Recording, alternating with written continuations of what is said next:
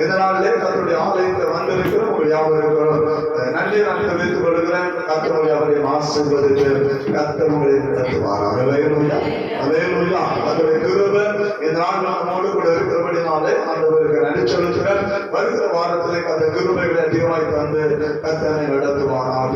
கடந்த சில மாதங்களாக வெளிப்படுத்த விசேஷத்தை நாம் ஆராய்ந்து பார்க்கபடியான ஒரு பெரிய பாக்கியத்தை கர்த்தர் நமக்கு தந்து கொண்டிருக்கிறபடினாலே ஆண்டவருக்கு நான் நன்றி செலுத்துகிறேன். அல்லேலூயா. கர்த்தருடைய கிருபை பிரியமானவர்களே பெரிய காரியங்களை செய்து கொண்டிருக்கிறபடினாலே ஆண்டவருக்கு நான் நன்றி செலுத்துகிறேன். வெளிப்படுத்த விசேஷம் 1வது அதிகாரம் 19வது வசனத்தை மையமாக கொண்டு 3 காரியங்கள் வேதம் நமக்கு கற்றுக் கொடுக்கிறது. அந்த 3 காரியங்களே 2வது காரியத்தை குறித்து நாம் தியானிக்கும்படியான கிருபைகளை கர்த்தர் தந்து கொண்டிருக்கிறபடினாலே ஆண்டவருக்கு நான் நன்றி செலுத்துகிறேன். 1 கண்டவை, 2வது இருக்கிறவை, 3வது இனி சம்பவிக்க போகிறது. அல்லேலூயா. அதில் கண்ட காரியத்தை நாம் தியானித்தோம். வெளிப்பாடு 1வது அதிகாரம் 10 முதல் 18 வரை வசனத்திலிருந்து யோவான் கண்ட காரியத்தை தியானிக்கிற கிருபைகளை கர்த்தர் தந்தார். இனி இருக்கிற காரியங்களை நாம் தியானிக்கும்படியாக இருக்கிறோம். அல்லேலூயா. அதற்கு பிற்பாடு வரப்போகிற சம்பவம் என்ன என்பதை குறித்து நாம் ஆராய்ந்து பார்க்கும்படியாக இருக்கிறோம். ஆவியானவர் நம்மோடு கூட இடைப்படுவாராக. இருக்கிறது என்று சொன்னால் 7 சபைகளை அது குறிக்கிற ஒரு காரியம். பிரியமானவர்களே, இன்றைக்கு சபை அது இருந்து கொண்டிருக்கிறது. அந்த சபையை கர்த்தர் உருவாக்கி கொண்டிருக்கிறார். அந்த சபையை உருவாக்குற வேளையில் ஆவியானவர் தீவிரமாய் அவர் செயல்படுகிறதை நீங்கள் நாம் புரிந்து கொள்ள முடியும். அல்லேலூயா. ஆண்டவருடைய ரத்தத்தினாலே நாம் கழுவப்பட்டு இருந்தாலும், ஆண்டவர் தம்முடைய ரத்தத்தினாலே சபையை அவர் சம்பாதிக்கிறவராக இருந்தாலும், எபேசியர் 2வது அதிகாரம் 19, 20, 21, 22 வசனத்தின்படி அவர் ரத்தத்தினாலே மீட்ட அந்த சபைக்கு என் ஆண்டவராக இயேசு மூளைக்கல்லாக இருந்தாலும், அப்போஸ்தலர் அஸ்திபாரத்தில் இந்த சபை கட்டி எழுப்பப்பட்டாலும், அந்த சபை இன்றைக்கு தீவிரமாய் உருவாக்கி கொண்டிருக்கிறவர் பரிசுத்த ஆவியானவர் என்பதை நீங்கள் தொடர்ந்து விடுங்கள். ஆவியானவரே அந்த காரியத்தை அவர் தீவிரமாய் செயல்படுத்துகிறார். ஒரு காரியத்தை நாம் வேறு நமக்கு தெளிவாக சொல்வதை நீங்கள் நான் புரிந்து கொள்ள முடியும். பிரியமானவர்களே, அந்த வரிசையில கடந்த நாட்களே சபை என்றால் என்ன, அந்த சபைக்கு பிரியமான தலைவர் யார், அந்த சபையை கட்டி எழுப்புறது யாரு, அந்த சபை யாருக்கு சொந்தமானது என்பதை குறித்து நாம் ஆராய்ந்து பார்க்கும்படியான 4 காரியங்களை நம்முடைய வாழ்க்கையிலே ஆண்டவருக்கு தந்தார். அல்லேலூயா. இந்த 4 காரியங்களை தெளிவாக நாம் ஆராய்ந்து பார்க்கும்படியான கிருபைகளை கர்த்தர் தந்தார். கடந்த வாரத்திலே ஒரு சம்பவத்தை நம்மளோடு கூட பகிர்ந்து கொண்டேன். சபையில இருக்க வேண்டிய காரியம் என்ன, ஒரு சபையில இருக்க வேண்டிய குணாதிசயம் என்ன, ஒரு சபை பிரியமானவர்களே கர்த்தர் விரும்புகிற அவரால் உருவாக்கப்படுகிற மனவாட்டி, அவருடைய ரத்தத்தினால மீட்கப்பட்ட சபை, அவருடைய ரத்தத்தினால் மீட்கப்பட்ட மனவாட்டி அல்லது அவருடைய மனைவி, அவள் எப்படிப்பட்டவளாக இருக்க வேண்டும், அவளுக்குள்ள இருக்கக்கூடிய குணாதிசயம் என்ன, கர்த்தர் விரும்புகிறார். வேதம் அதை நமக்கு கற்றுக் கொடுக்கிறது. ஒரு சாதாரண ஒரு குடும்பத்தை நம்ம எடுத்துக்கணும், புருஷ மனைவிகளை எடுத்துக்கணும் என்று சொன்னால், பிரியமானவர்களே புருஷனுக்கு ஒரு எண்ணம் உண்டு, என் மனைவி இப்படிப்பட்டவளாக இருக்க வேண்டும் என்று சொல்ல, என் மனைவிகளை இப்படிப்பட்ட குணாதிசயம் இருக்க வேண்டும், அவள் இப்படிப்பட்டவளாக இருக்க வேண்டும் என்கிற சில எண்ணங்கள், சில காரியங்கள் அது புருஷனுக்குள்ளே இருக்கும். அதே போல மனைவிக்குள்ளே என் புருஷன் எப்படி இருக்க வேண்டும் என்கிற எண்ணம் உண்டு. அல்லேலூயா. அதுதான் ஒரு குடும்ப வாழ்க்கை. தகப்பன் பிள்ளைகள் மனைவியுடைய பிரியமானவர்களே அல்லது தகப்பன் தாயுடைய ஒரு குணம் உண்டு. என்ன, என் பிள்ளைகளுடைய குணாதிசயம் எப்படி இருக்க வேண்டும், என் பிள்ளைகள் இப்படி வளர வேண்டும், சமுதாயத்தை என் பிள்ளைகள் இப்படி இருக்க வேண்டும் என்று சொல்லி பெற்றோர்கள் விரும்புகிறார்கள். உலக மனிதர்களாகி நீங்களும் நானும் அப்படிப்பட்ட எண்ணமுடையவர்களாக இருக்கிறோம். ஆனால் பிரியமானவர்களே ஆண்டவராகிய தேவன் அவர் பரிசுத்தம் உள்ளவராக இருக்கிறார். அவருடைய குமாரனாய் இயேசு பரிசுத்தம் உள்ளவராக இருக்கிறார். நம்முடைய மனவாளன் பரிசுத்தம் உள்ளவராக இருக்கிறார். அவரிடத்தில் எழுப்பளவேனும் பாவம் இருந்தது இல்லை. அவர் அந்த அளவுக்கு அவர் பரிசுத்தம் உள்ளவராக இருக்கிறார். ஆனால் அவரால் உருவாக்கப்படுகிற அவருடைய மனைவி, அவருடைய சபை அல்லது அவருடைய மனவாழ்க்கை, அவர் சில குணாதிசயங்களை அவர் விரும்புகிறார். நீங்கள் நானும் அந்த குணாதிசயமுடையவர்களாக இருக்க வேண்டும். கர்த்தருடைய சபை அந்த குணாதிசயமுடையவர்களாக இருக்க வேண்டும் என்பது தேவனுடைய திட்டம் என்பதை மறந்துவிடக் கூடாது. அந்த வரிசையிலே கடந்த வாரத்தில் நீங்கள் அறிந்திருக்க வேண்டும். அல்லேலூயா. என்னுடைய மணவாளன் யார்? என்னுடைய மணவாளன் குணம் என்ன? என்னுடைய மணவாளன் எனக்கு தரக்கூடிய ஆசீர்வாதம் என்ன? அதுதான் சபையுடைய முதல் நோக்கமாக இருக்கும். அதுதான் சபையுடைய முதல் எண்ணமாக இருக்கும். ஏன்னா திருமணத்தை பொண்ணு பார்ப்பாங்க, இல்ல மாப்பிள்ள பார்ப்பாங்க. பார்க்கும்போது பார்த்துட்டு போயிருவாங்க. ஆனா உறவினர்கள் யாராவது அந்த கிராமத்துல இருந்தா என்ன செய்வாங்க? தீவிர விசாரணை நடக்காம யாராவது வெளியிடுவாங்களா? தீவிர விசாரணை நடக்கும். போனா எப்படி? அவங்க வீட்டுக்காக எப்படி? அவருடைய தனிப்பட்ட வாழ்க்கை எப்படி? நல்ல புரிஞ்சுக்கணும். எல்லாத்தையும் ஆராய்ந்து பார்க்கிறாங்க. அதே போல மனைவியுடைய வீட்டிலையும் அவங்க ஆராய்ந்து பார்க்கிறாங்க. பெண் எப்படி இருக்கிறாங்க? அவருடைய குணம் என்ன? ஊர்ல அவளுக்கு என்ன பேசுவாங்க? அவன் வேலை செய்கிற இடத்துல அவருடைய குணாதிசயம் என்ன?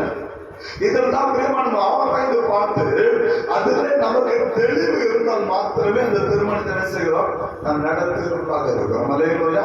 நமக்கு ஒரு தெளிவு உண்டாகும். இவரை நடத்தில திருமணத்தை நடத்தினா வாழ்க்கையில நன்றாக இருப்பார்கள் என்ற ஒரு தெளிவு நமக்கு உண்டாயிருக்கும். அதுக்கு பிற்பாடு இந்த திருமணத்தை நாம் நடத்தி வைக்கிறோம்.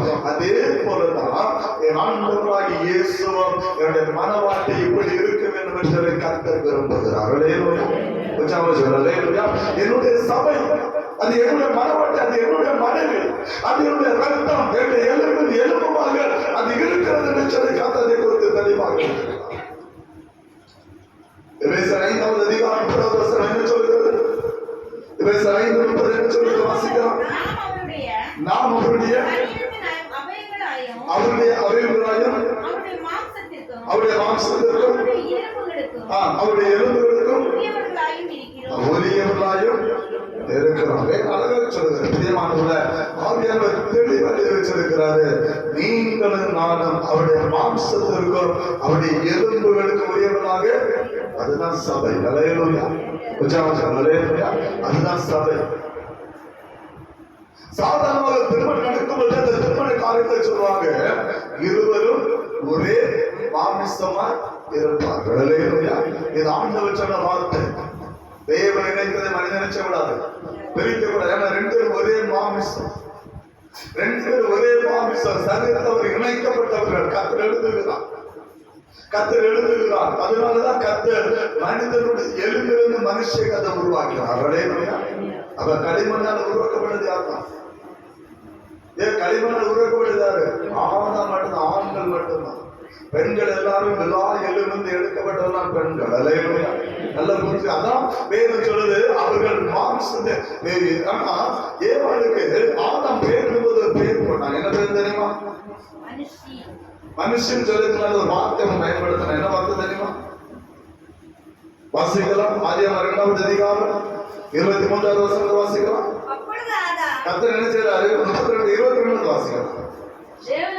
தேவனாய கர்த்தர் தாம் மனுஷன் எடுத்த லாய் எலும்பை மனுஷியாக உருவாக்கி அவளை மனுஷனிடத்தில் கொண்டு வந்தார். அப்பொழுது ஆதாம், இவள் என் எலும்பின் எலும்பும் என் மாம்சமும் மாம்சமாய் இருக்கிறாள். இவள் மனுஷன் எடுக்கப்பட்டபடினால் மனுஷி எனப்படுவாள். அதான் சொல்ற, இவள் மாம்சத்தின் மாம்சமும் என் எலும்பின் எலும்புமாய் இருக்கிறாள். அல்லேலூயா. அதுதான் மனைவி. மனைவி என்பவர் ஒரு ஆணுடைய மாம்சத்தின் மாம்சமும் எலும்பின் எலும்புமாக இருக்கிறது. இது தேவ திட்டம். கர்த்தர் ஆதியாகமத்தில் சொல்லப்பட்ட திட்டத்தை இப்பொழுது சபையில கர்த்தர் நிறைவேற்றுகிறார். சபை குறித்து வேதம் சொல்லுகிறது, நாம் அவருடைய அவைகளா இருக்கிறது மாத்திரமல்ல, அவருடைய மாம்சத்துக்கு அவருடைய எலும்போடு நாம் சொந்தக்காரர்களாக இருக்கிறோம். அல்லேலூயா. அதுதான் மணவாளனுக்கு நமக்குள்ள தொடர்பு. ஒரு கணவன் மனைவிக்குள்ள தொடர்பு, அதுதான். அதை யாராலும் பிரிக்க முடியும். அது அந்த பந்தத்தை யாராலும் மாற்றி அமைக்க முடியாது என்பதை புரிந்து கொள்ள வேண்டும். அது தேவனால் நியமிக்கப்பட்ட நியமனம். அது இன்றைக்கல்ல, ஆண்டவர் ஆதி மனிதனை உருவாக்குவது அந்த திட்டத்தை கொண்டு வந்து விட்டார். நாட்கள் அதை வந்து நான் தெளிவாக உங்களுக்கு கற்றுக் கொடுக்கும்படியாக சபைக்கு ஆண்டவர்களை தொடர்பு நாட்கள் தெளிவாக படிக்கும்படியாக. அங்க போனா எனக்கு 2 மணி நேரம் அலைய வெளியே நம்ம வந்து விடலாம். பிரியமானவர்களே, அதுதான் சபை. நீங்கள் நானும் ஆண்டவராகிய இயேசுவுடைய எலும்பின் எலும்பும் மாம்சத்தின் வானத்தின் மாம்சமாக இருக்கிறோம். அல்லேலூயா. எனவே தான் சபை முதலாவது ஆண்டவரை அறிந்து கொள்ள வேண்டும். இயேசு யார்? அவருடைய குணம் என்ன? அவர் எப்படிப்பட்டவர்? அவர் செய்கிற காரியம் என்ன? என்னுடைய மணவாளனை குறித்து மணவாட்டி கண்டிப்பாக அறிந்து வைத்திருக்க வேண்டும். மணவாளன் அறியல சொன்னா நம்ம மணவாட்டி அறிக்க தகுதி இல்லாத மணவாளனுக்கு வந்து சபை அறியல சொன்னா நம்ம சபைன்னு சொல்ல நம்ம தகுதி இல்லாத. வேதம் சொல்லுகிறது அப்போஸ்தலர் 17ஆம் அதிகாரத்தை எதிர்த்து கொள்ளும் போது யோவான் 17ஆம் அதிகாரம் 3வது வசனம் சொல்லுகிறது, ஒன்றான மெய் தேவனாகிய உம்மையும் நீர் அனுப்பினவராகிய இயேசு கிறிஸ்துவின் அறிவதே நித்திய ஜீவன். அல்லேலூயா. மணவாளனை அறிந்து கொள்வதா நித்திய ஜீவன். ஏன்னா அவர் இருக்கிற இடத்துல நீங்க நான் இருக்க போகிறோம். யோவான் 14ஆம் அதிகாரம் 1, 2, 3 வசனத்தை வாசிக்கும் சொல்லுது, அவர் வரப்போவது அவர் இருக்கிற இடத்துல நம்மை கொண்டு போய் சேர்க்கும்படியாக. மணவாளன் எங்க இருக்கிறாரோ அங்கே மணவாட்டி இருக்க வேண்டும். அதுதான் சபையுடைய அடையாளம். இயேசு எங்க இருக்கிறாரோ அங்கதான் சபை இருக்கும். அல்லேலூயா. இயேசுவுடைய உபதேசத்திலே சபை நடக்கணும்.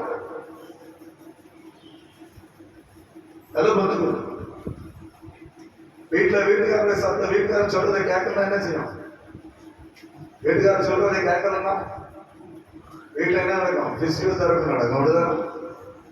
அப்படிதான். அது மாதிரி ஒரு மோதியில இருந்து நீர் நடிச்சிடலாம். உங்க கஞ்சி கிடையாது. ஏவனா வச்சு கொடி. எவ்வளவு குழப்பம் நடக்குது இல்லையா? ஒரு புருஷனுடைய வார்த்தையை கேட்கறது. அப்படிதானா? வீட்டை சண்டை நடக்குதா இல்லையா? வீட்டை அடி உண்டா இல்லையா? பட்டவர்களுக்கு தெரியும்.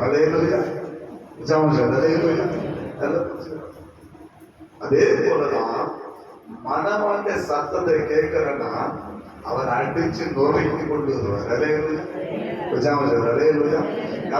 அவர் தன்னுடைய மனைவி அன்புள்ளவர். அன்புடைய மனைவிக்காக தன்னுடைய ரத்தத்தை அவர் விலை கொடுத்தவர். அந்த ஜீவனை கொடுத்து வைத்திருக்கிறார். அவ்வளவு அன்பு.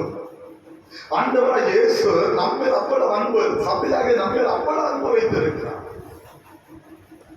நல்ல புரிஞ்சுக்கணும். ஒரு வீட்டுல மனைவி அல்லது புருஷன் இறந்து போன ஒரு வார்த்தை சொல்லுவாங்க, ஏன் என்னை விட்டு போயிட்டு என்னை கூட்டு போக வேண்டியது. நான் யாராவது போறாங்க நானும் பார்க்கேன். அந்த வெட்டிமணில ஒரு சவுண்ட் மட்டும் கேட்குது. என்ன ஊழியக்காரன் இல்லையா? முன்னே நடத்த முடியும் இல்லையா? ஒரே வார்த்தை, ஏன் என்ன தனியா விட்டு போது என்ன கூட்டு போக மாட்டேங்கிறீங்க? யாராவது கூட போறாங்களா பாருங்க. யாரும் போறாங்க? என்னைய பார்த்திருக்கலாம். வலியக்கமாக யாரை பார்த்திருக்கலாம். நான் எந்த சபையில என் சொந்த சபை யாரையும் பார்த்தது அந்த வார்த்தை மட்டும் என்ன விட்டு இருக்கும்போது அந்த மனுஷனை திட்டு அந்த மனுஷனை ஏசனை ஏச்சு பாவி மனுஷன் நீங்க எல்லாம் என் உயிரோடு இருக்கு. நம்ம எத்தனை நாள் கேட்டுருமோ? உடம்புல ஒரு அடி விழுந்தாலும் கேட்டுருவோம். நீ எல்லாம் சாப்பிடுறது உயிரோடைய இருக்குன்னு கேட்டோம்னா கேட்கலையா? கேட்டவங்க கேட்கலையா? செத்து மண்டையை விட்டு இருப்பாடு ஜேகண்டை விட்டுட்டு போயிட்டு யாராவது கூட இருக்கோமா? ஆனால் ஆண்டவர் அப்படி அல்ல, நமக்காக ஜீவனை கொடுத்தவர். அவர் நம்முடைய மனுஷிகத்தினுடைய யோசிக்கிற தேவன் அல்ல.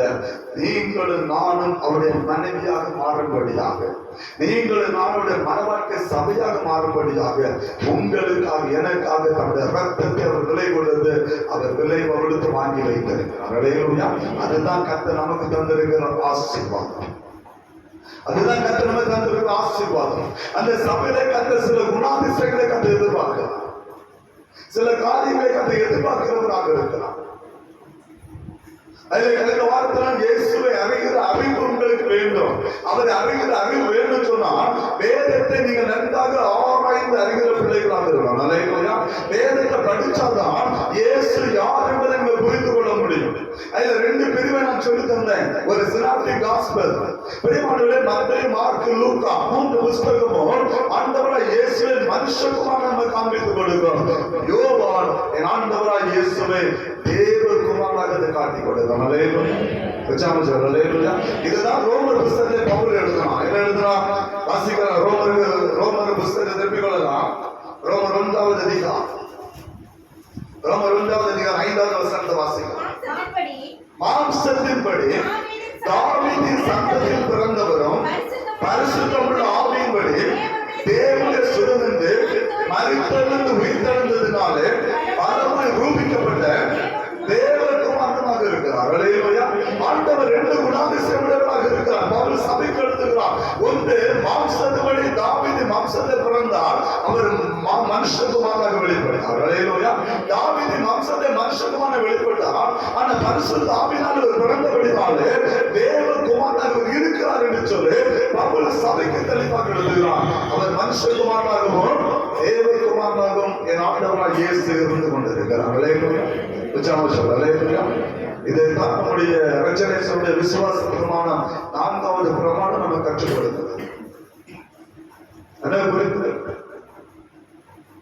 நம்முடைய விசுவாச பிரமாணம், அதுதான் விசுவாச பிரமாணம் படிக்கணும். நம்முடைய பிரமாணம் வேதத்தை சார்ந்து இருக்கும். அல்லேலூயா. நம்முடைய பிரமாணம் ரட்சகருடைய விசுவாச பிரமாணம் 11 வேத பிரமாணத்தை சார்ந்து.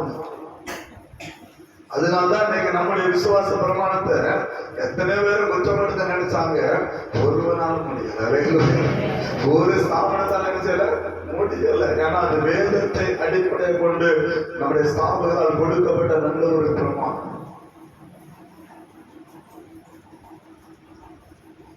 பிரியமானவர்களே, ஆண்டவரை அறிகிற அறிவு நமக்கு வேண்டும். அவரை மனுஷகுமாரனாக நீங்க பார்க்கணும்னு சொன்னா மத்தேயு, மார்க்கு, லூக்கா சுவிசேஷத்தை படித்தே ஆக வேண்டும்.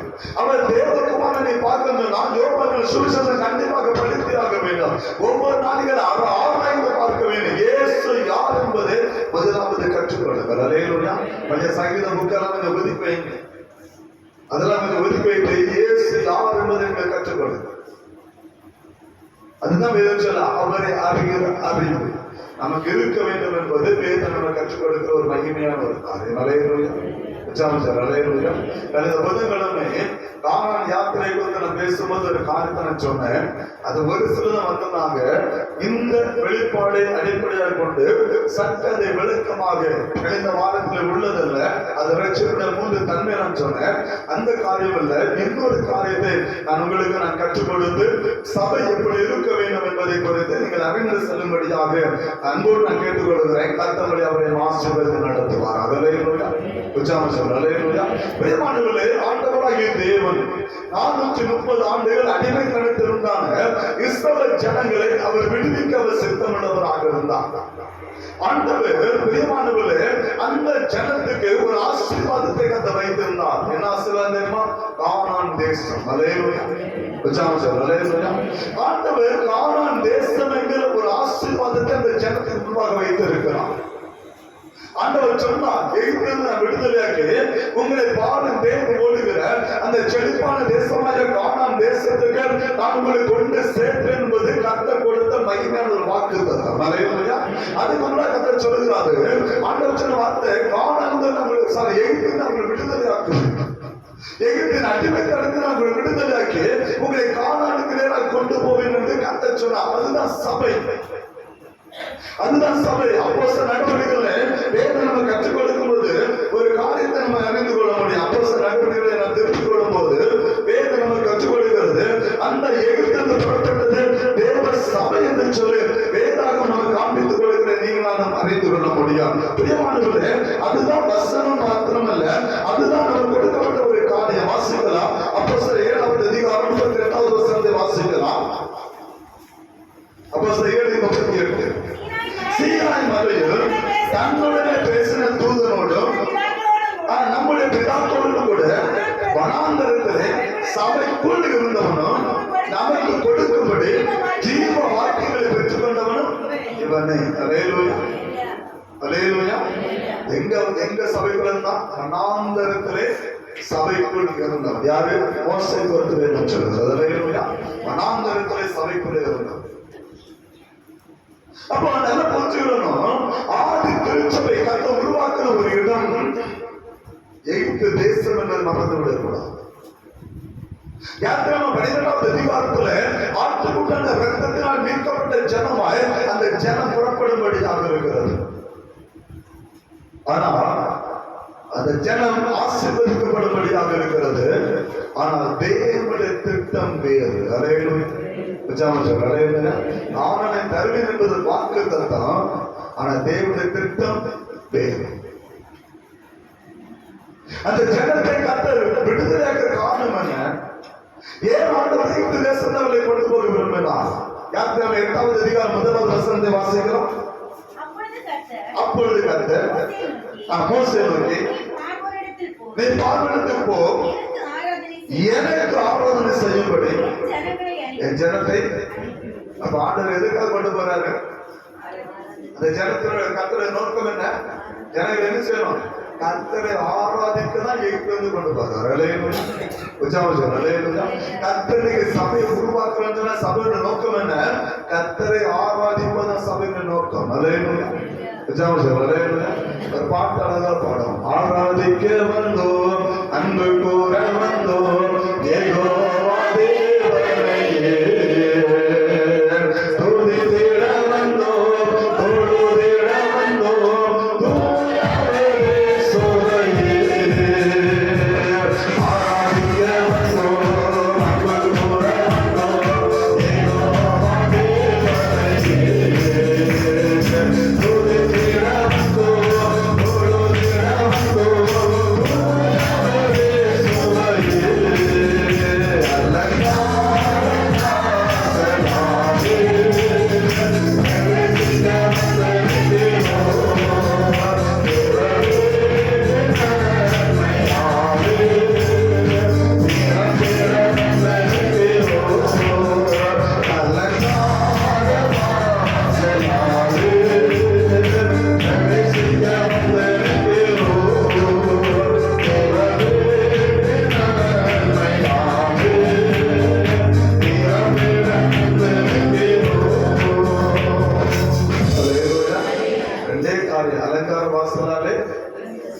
எதுக்கு அவர் ஆராதிக்கும்.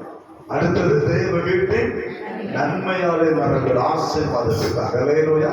முதலாவது ஆராதனை, இரண்டாவது ஆசீர்வாதம்.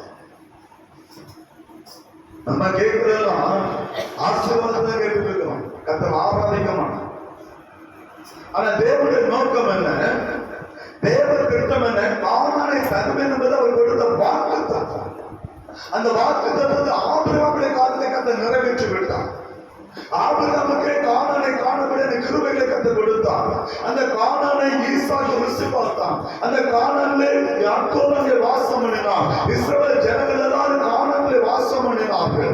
கர்த்தர் வாக்குத்தத்தம் பண்ண தேசத்தை அவர்களுக்கு கர்த்தர் கொடுத்து வைத்திருந்தார். ஆனால் தேசத்தை பஞ்சம் உண்டானபடினால்தான் இவங்க எகிப்துக்கு வந்தாங்க. அந்த ஜனம் 430 ஆண்டுகள் அது அடிமைத்தனத்துக்குள்ள அது கடந்து போய்விட்டது. அல்லேலூயா. ஆனா தேவனுடைய திட்டம் என்ன? ஆதியாகமம் 15வது அதிகாரத்துல ஆண்டவர் சொன்ன ஒரு மகிமையான ஒரு காரியம் என்ன சொன்னா, மீண்டுமாய் நான் உங்களை பிரியமானவர்களே நான் கொண்டு வருவேன், நான் மீண்டுமாய் உங்களை கானானுக்கு கொண்டு வருவேன் என்று சொல்லி கர்த்தர் வாக்கு கொடுத்திருந்தார். ஆபிரகாமுக்கு கர்த்தர் வாக்கு கொடுத்திருந்தார். ஆதியாகமம் 15வது அதிகாரம். அதே போல கர்த்தர் கானானுக்கு ஆசீர்வாதமான தேசத்தை கர்த்தர் கொண்டு வர சித்தமுள்ளவராக இருந்தாலும் அவர் புறப்படும் என்கிற சபையை குறித்து தேவனுடைய நோக்கம் என்ன? அந்த சபை கர்த்தர் ஆராதிக்கிற சபையாக மாறும். அல்லேலூயா. அல்லேலூயா. கடைசி வார்த்தை நான் சொன்னேன், சபை கர்த்தரை அறிந்திருக்க வேண்டும். அந்த வார்த்தை சபையில குணாதிசயத்தை சொன்னேன், சபை ஆண்டவர் அறிந்திருக்கணும். இரண்டாவது சபையில் இருக்கக்கூடிய குணாதிசயம் அது கர்த்தரை ஆராதிக்கிற சபையாக மாறும். அல்லேலூயா. அல்லேலூயா. மோசேயுடைய வேண்டுதலும் அதுதான். பார்வோனுடைய சபைக்கு சொல்லுகிற ஒரு காரியம் அதுதான். என்ன சொல்றதா? அதே ஆதியாகமம் 8வது அதிகாரம் நீங்கள் வாசிக்கும் போது கர்த்தர் ஆராதிக்க வேண்டும் என்று சொல்லி அவன் கேட்ட போது பார்வோன் அவர்களுக்கு அனுமதி கொடுக்கிறான். எங்க 25வது வசனத்தை வாசிக்கலாம்.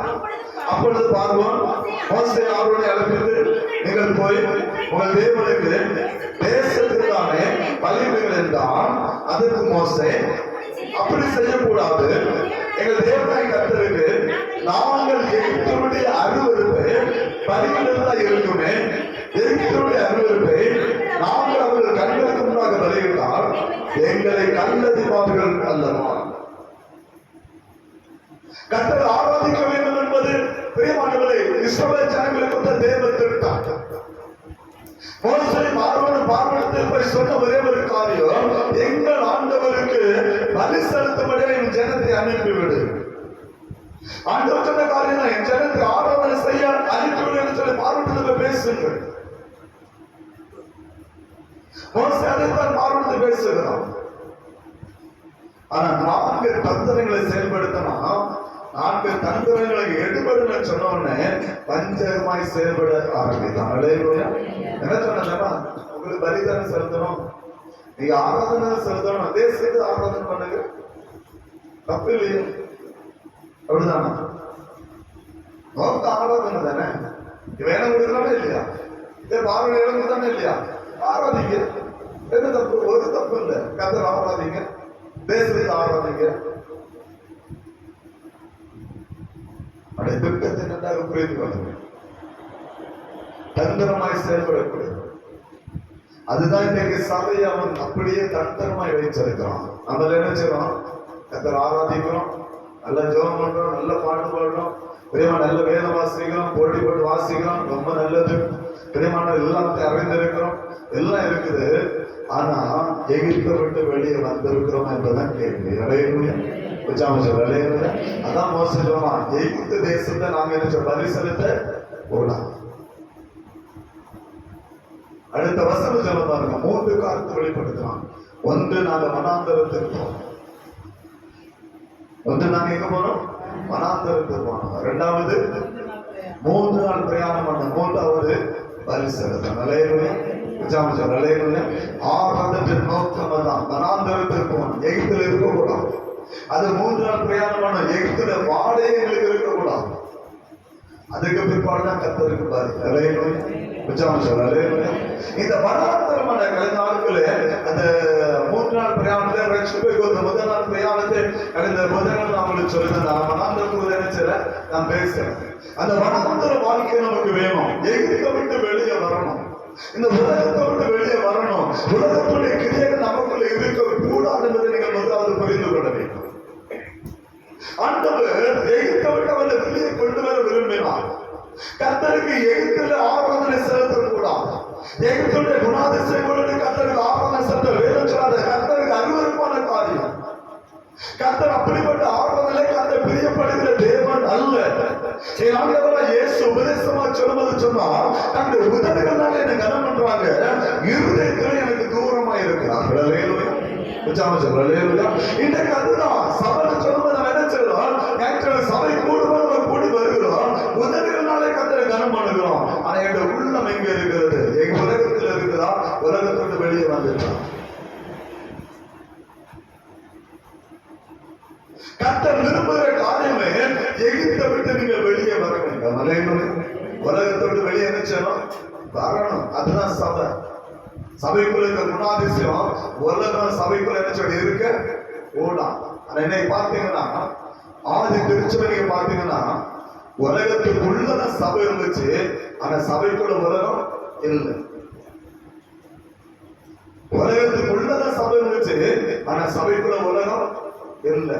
இன்னைக்கு சபைக்குள்ளதான் உலகமே சபைக்குள்ளதான் இருக்குது. சபைக்குள்ள அரசியல், சபைக்குள்ள பிரியமானவர்களே போட்டிகள், பொறாமைகள் எல்லாம் சபைக்குள்ளதான் இருக்கு.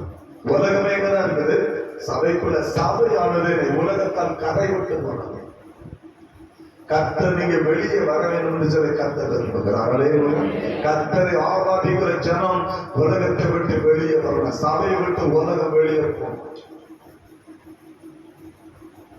உலகத்தினுடைய அரசியல் செல்வாக்கு சபைக்குள்ள வரக்கூடாது.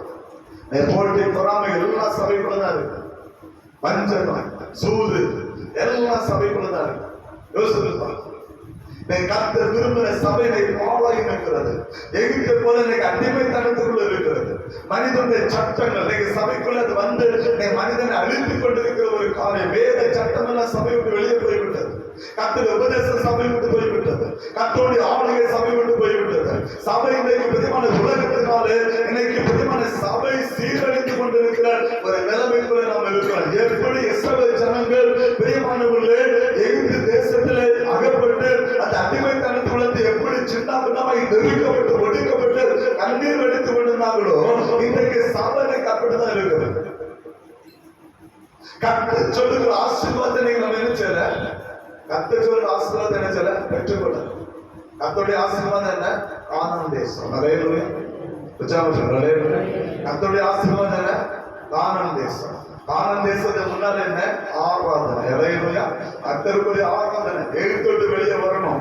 இன்னைக்கு நம்ம என்ன செய்யணும்னா, நமக்குள்ள பெரிய ஒரு கஷ்டம் அதுதான்.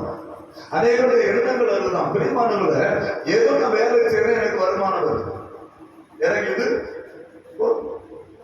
நான் வேலை செய்யறேன், எனக்கு வருமானம் வருது, என் குடும்பத்தை நடத்துறதுக்கு அது போதுமானதாக இருக்கு, என் பிள்ளைகளை படிக்க வைக்க போதுமானதுக்கு எனக்கு போதும். ஆனா தேவ திட்டம் அது அல்ல. அல்லேலூயா. தேவனுடைய திட்டம் அது அல்ல. இஸ்ரவேல் ஜனங்கள் எகிப்தின் அடிமைத்தனத்தில் இருந்தாலும் அவர்கள் போஷிக்கப்பட்டார்கள். அவர்களுக்கு எந்த ஒரு ஆதார குறைவில்லை. போஷிக்கப்பட்டால் எல்லா தேவையும் சந்திக்கப்பட்டது. ஆனா சில நெருக்கங்கள், சில பாடுகள் இருந்தது. ஆனா கர்த்தருடைய திட்டம் வேற. அவங்க கானானை சுதந்திரிக்க வேண்டும். அல்லேலூயா. ஒரு பெரிய ஒரு ஆசீர்வாதம் இருக்கு.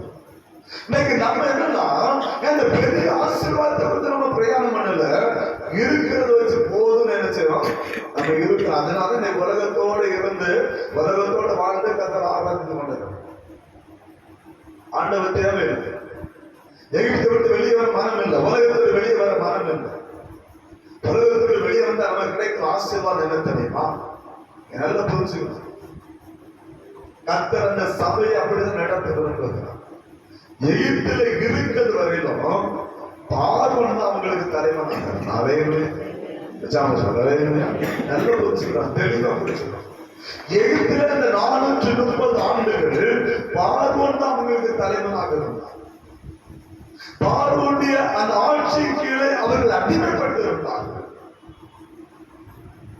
ஆனா எகிப்தை எப்பொழுது யாத்திராம 12வது அதிகாரத்தில் பிரயாணப்பட்டார்களோ, ஆட்டுக்குள்ள ரத்தத்தினால் மீட்கப்பட்ட ஜனமாய் எப்பொழுது எகிப்தை விட்டு வெளியே புறப்பட்டாங்களோ, அதற்கு பிற்பாடு கர்த்தர் ஒருவரை அவர்கள் தலைவனாக இருந்தார்.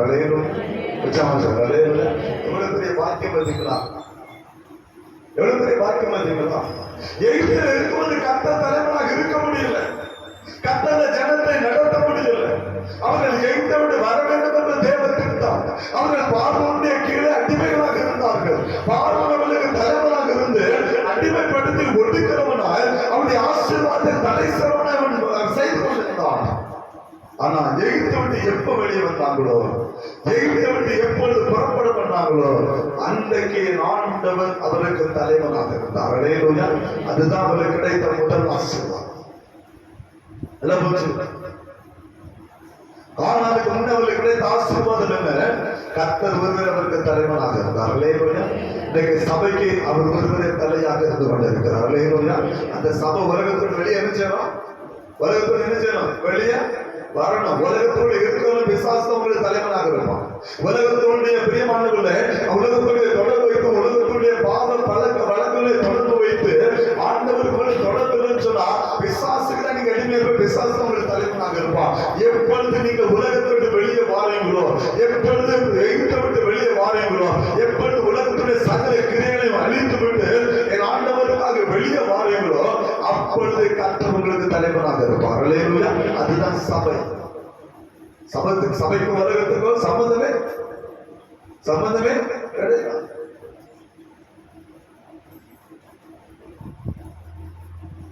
எகிப்துக்கு இஸ்ரவேல் ஜனங்களுக்கு சம்பந்தம் கிடையாது. எகிப்தில் இருக்கும்போது பார்வோன் தலைவனாக இருந்தார். எகிப்தை விட்டு வெளியே வந்த பிற்பாடு கர்த்தர் தலைவனாக. அதான் மனம் தருவான். கர்த்தர் அங்கே இருந்தார். இன்னொரு காரியங்கள் தெரியுமா? எகிப்தில இருக்கிறது வரையிலும் மேகஸ்தம்பம்னா அக்கினி ஸ்தம்பம்னா என்னன்னு அந்த ஜனத்துக்கு தெரியாது. பாத்தீங்களா? மேகஸ்தம்பம்னா என்னன்னு தெரியாது, அக்கினி ஸ்தம்பம்னா என்னன்னு தெரியாது, கர்த்தருடைய பாதுகாப்புனா என்னன்னு தெரியாது. இருளான ஒரு வாழ்க்கை வாழ்ந்து கொண்டாங்க. அந்த வாழ்க்கை இருந்தவன நம்ம என்ன அப்படிதான் வாழ்க்கை இருந்து போயிட்டு அடிமைத்தனம் மீட்டெடுக்க யாருமே இல்லை.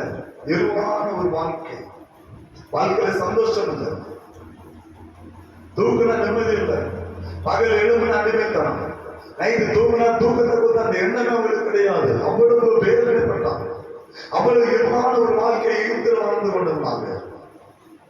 ஆனா எப்போ எகிப்தை விட்டு புறப்பட்டாங்களோ, அப்பொழுது ஆண்டவர் மேக ஸ்தம்பமாய் அக்னி ஸ்தம்பமாய் அந்த ஜனத்தோடு கூட கர்த்தர் இருந்தார். எகிப்தை விட்டு வெளியே வந்தாதான் பரிசுத்த ஆவியினால் அக்கினால் நீங்கள் நினைச்ச முடியும், பேப்டிசம் பெற்றுக்கொள்ள முடியும். இயேசு கொடுக்கிற பேப்டிசம் அதுதான். பரிசுத்த ஆவியினாலும் அக்கினினாலும் உங்களுக்கு ஞானஸ்நானம் கொடுத்தார். இதுதான் யோவான் ஸ்நானத்தின் உபதேசம். அந்த அக்னி அபிஷேகம், அந்த ஆவியின் அபிஷேகத்தை நீங்கள் பெற்றுக்கொள்ளணும்னு சொன்னா எகிப்தை விட்டு வெளியே என்ன செய்யணும்? உலகத்தில் வெளியே வாரம். அதுதான் சபையில குணம். சபையில குணம் அதுதான். அதை விட்டு வெளியே வரணும். அந்த சூழ்நிலை வெளியே வரணும். இப்ப பொண்ணு பார்க்க போகும்போது, புருஷன் பார்க்கும் போது இப்போ ஒரு வாரத்தை பயன்படுத்துறாங்க. என்ன தெரியுமா? இது மாதிரி எப்படி வாங்கலையா எனக்கு பிரச்சனை இல்லை, ஆனா கல்யாணத்துக்கு பண்ண என்ன செய்யணும்? நீ சரியாக இருக்கணும். ஆனா இந்த உலகத்துடைய நிலைமை அப்படி, உலகத்துடைய நிலைமை நீங்க அப்படி போயிட்டு இருக்கு. வாலிப பருவனை அப்படி போயிட்டு இருக்கு. வாலிபத்தினுடைய நிலைமை அப்படி அழிஞ்சு போயிட்டு இருக்குது. நம்ப முடியல, யாரையும் ஏற்றுக்கொள்ள முடியல. இன்னைக்கு கேட்கிற ஒரே ஒரு கேள்வி அதுதான். இதுவரை எப்படி வாழ்ந்தே தெரியாது. இது எனக்கு உண்மையா நினைச்சணும், எனக்கு உண்மையா இருக்கணும். நான் உன்னை மனைவி, உன்னை புருஷன், இது எனக்கு உண்மையாக இருக்கணுங்கிறத இன்னைக்கு எடுக்கிற ஒப்பந்தம். ஆண்டவன் சொல்ல இதுக்கு முன்னால எழுத்து வாழ்க்கை எனக்கு கவலை இல்லை, வெளியே வந்து எனக்காக பிரகாசம். முந்தின நடக்கை கொண்டு காத்த யோசிக்கிறவர் அல்ல, அவற்றில் நம்ம வெளியே கொண்டு வருவது நம்முடைய ஆண்டவர். எல்லாம் தெரியும். எல்லாரும் பாவம் செய்து தேவ மகிமை இழந்து போனோம். யாருமே பரிசுத்தவான்கள் கிடையாது. ஆண்டவருக்கு தெரியும் நாம் பாவிகள். ஆனால் தேவனுக்கு அடிமைப்பட்டிருந்தோம். ஆனால் அதை விட்டு வெளியே நினைச்சோம் வரணும். அதுதான் சபை.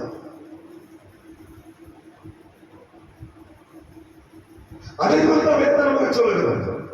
அதை குறித்த வெளிப்பட்ட விசேஷம் நமக்கு சொல்ல. சபையினருடைய குணாதிசயம். முதலாவது ஆண்டவரை அறிகிற அறிவு. இரண்டாவது உலகத்தை விட்டு சபை வெளியே வந்திருக்கும். அந்த சபைக்கு கர்த்தர் தலைவனாக இருப்பார். அந்த சபை ஆவியின் அபிஷேகம் நிரப்பப்படும். ஆவியின் அபிஷேகங்களுக்குள்ள வரும்போது அந்த சபை கனிகள் கொடுக்கிற சபையாக மாறும். அது வரங்களை பெற்ற சபையாக மாறும். அது உலகத்தை ஜெயிக்கிற சபையாக மாறும். அது கர்த்தர் நடத்துகிற சபையாக மாறும். இன்றைக்கு யோசிக்கணும், கர்த்தர் எனக்கு தலைவனாக இருக்கணுமா அல்லது இந்த உலகத்தை சாத்தான் எனக்கு தலைவனாக இருக்கணும்? நம்ம யாருக்கு தலைவனாக இருக்கணும்? நமக்கு யார் தலைவனாக இருக்கணும்? யாருக்கு நீங்கள் அடிமைப்பட்டு இருக்கணும்?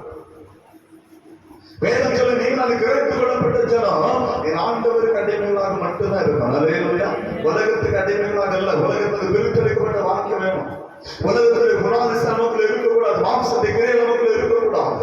ஆவி சிந்தை உள்ள பிள்ளைகளாக இருக்கணும். கர்த்தருடைய அபிஷேகம் நிரப்பப்பட்ட பிள்ளைகளாக இருக்கணும். வரங்களினாலும் கிருபையினாலும் பிரியமானவர்களே, நீங்க நிரப்பப்பட்ட பிள்ளைகளாக இருக்கணும்னு சொன்னா எகிப்தோடு வெளியே நினைச்சோம் வந்து ஆகணும். வராம ஆண்டவரே ஒண்ணும் தரப்படுறது கிடையாது. எகிப்தை விட்டு வெளியே வந்தாலும் கர்த்தர் உங்களுக்கு தலைவனாக இருப்பான். எகிப்தை விட்டு வெளியே வந்தாலும் வரங்களை தருவான். எகிப்தை விட்டு வெளியே வந்தாலும் அபிஷேகத்தை நிரப்புவான். எகிப்தை விட்டு வெளியே வந்தாலும் கர்த்தர் உங்களுக்கு பாதுகாப்பாக இருப்பான். கர்த்தர் நடத்துவான். அதுதான் சபையில இருக்கணும். உலகத்தோட என்ன செய்யணும்?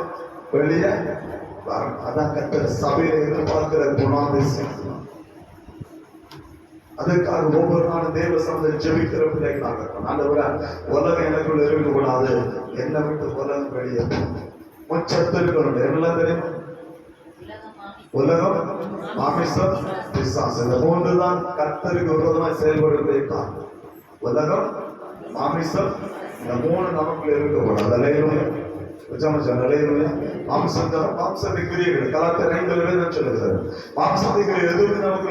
எல்லாவற்றையும் நீங்கள் விடுதலையாக்கப்பட்ட பிள்ளைகளாக இருக்கணும். உலகத்தில் வெளியே வந்த பிள்ளைகளாக இருக்கணும். உலகத்துடைய சகல கிரிகளை பெருந்து ஆண்டவரை பின்பற்றுகிற பிள்ளைகளாக. அதுதான் சபை. அதுதான் சபை. அப்படி கர்த்தர் நம்மை மாற்ற விரும்புகிறார். கர்த்தர் எதிர்பார்க்கிற குணாதிசயங்களை அதுவும் ஒன்று என்பதை மறந்து விடக்கூடாது. அந்த குணம் எனக்குள்ள இருக்குமானால் நான் தேவனுடைய சபையாக மாற முடியும். அவர் இருக்கிற ஸ்தானத்திலே நானும் போய் சேர முடியும். கர்த்தர் ஆராதிக்கிற பிள்ளைகளை மாற முடியும். எனக்காக கர்த்தர் வைத்திருக்கிற கானான் தேசத்தை நான் சுதந்திரத்துக் கொள்ள முடியும். கானானை பெற்றுக்கொள்ளணும்னு சொன்னா எகிப்தை விட்டு வெளியே என்ன செய்யணும்? வரணும். கர்த்தர் ஆரம்பிச்சிட்டீங்கன்னா அவர் தலைவனாக இருப்பார். அவருடைய அபிஷேகங்களோடு கூட இருக்கும். அவருடைய பாதுகாப்பு உங்களோடு கூட இருக்கும். இந்த 3 உங்களுக்குள்ள இருந்து அவர் நடத்தணும்னு சொன்னா எகிப்தோடு வெளியே என்ன செய்யணும்? வரணும். உலகத்தோடு வெளியே வரணும். அதற்காக ஜெபம் பண்ணணும். அதற்காக தேவ சமூகத்தில் போராடுகிற பிள்ளைகளாக இருக்கணும். அப்படிப்பட்ட கிருபைகளுக்காக, அப்படிப்பட்ட வல்லமைக்காக தேவனோடு நீங்கள் போராடுகிற பிள்ளைகளாக இருக்கணும். அப்படி நீங்க போராடி எல்லாத்தையும் நீங்க ஜெயிக்கிற பிள்ளைகளாக மாறணும். அதுவே தேவ சித்தம். அப்படி நீங்கள் ஜெயிக்கும் போது கர்த்தர் உங்களோடு கூட உங்களை நடத்த வல்லமையுள்ள தேவனாக இருக்கிறார். நம்முடைய விசுவாசமே உலகத்தை ஜெயிக்கிற ஜெயம். ஆண்டவரை நம்பி என்னுடைய மனவாளன் என்னோடு கூட இருக்கிறான். இந்த உலகத்தை ஜெயிக்கிற அந்த வல்லமை எனக்கு தருவார். இந்த உலகத்திலிருந்து எனக்கு பிரித்தெடுக்கிற தேவன் என் நடத்த வல்லமுள்ள தேவன் என்கிற அந்த எண்ணத்தோடு நீங்கள் தேவ சமத்தை முறையிடுவீங்கன்னு சொன்னா அந்த நிச்சயமாக வழி நடத்த வல்லமுள்ள தேவனாக இருக்கிறார். அப்படிப்பட்ட அந்த வாக்கியத்தை உலகத்திலிருந்து பிரித்தெடுத்து அவருடைய சபையாக மாற்றுகிற அந்த கிருபையை நீங்களான பெற்றுக்கொள்ளபடியாக அவருடைய சமத்தை அர்ப்பணித்து சொல்லலாம். கர்த்தர் நம்மை ஆசீர்வதித்து நம்மை நடத்துவாராக. ஆமென். ஜெபம் செய்வோம்.